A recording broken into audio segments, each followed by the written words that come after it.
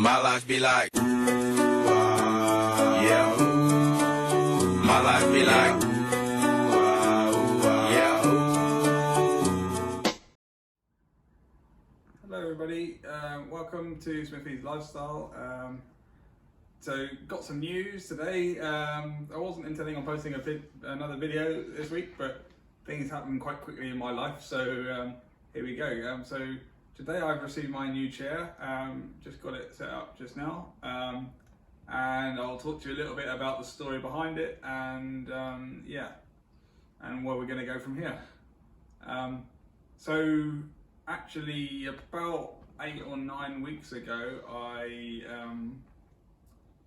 put my normal chair in for a service at the local NHS centre, and I left it there for a little while, and a couple of days later they told me that they couldn't find it, that they'd lost it, and yeah, I still don't quite know how you lose a wheelchair, but they somehow managed to, and long story short, they finally agreed to replace it, and yeah, so I had to wait 9 weeks to get this one.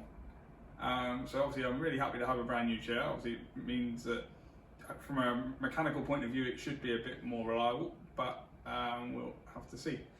I know from the wheelchair industry that you can never take anything for granted, so I definitely won't be taking this chair for granted when it comes to that sort of thing.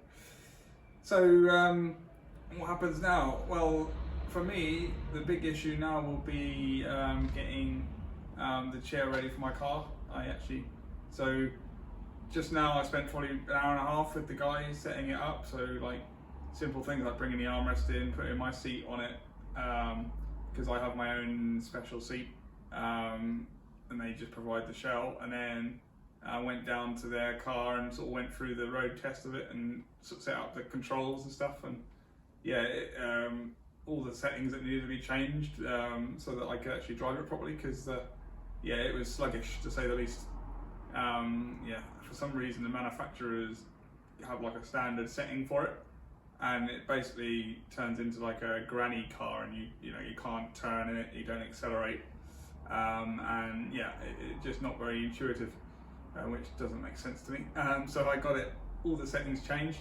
There was a lot of settings to change, and yeah, then I took it to the car to double check that it fitted, because obviously brand new chair, I needed to make sure I could get underneath my controls, and yeah, thankfully I can, and the chair fits. So now I've got to ring up my adaptation company to get them to put the pin underneath my chair so that I can sort of lock the chair into the car, so that it's safe to drive. So that's the next step. So probably next week I will be without my chair and my car for a week.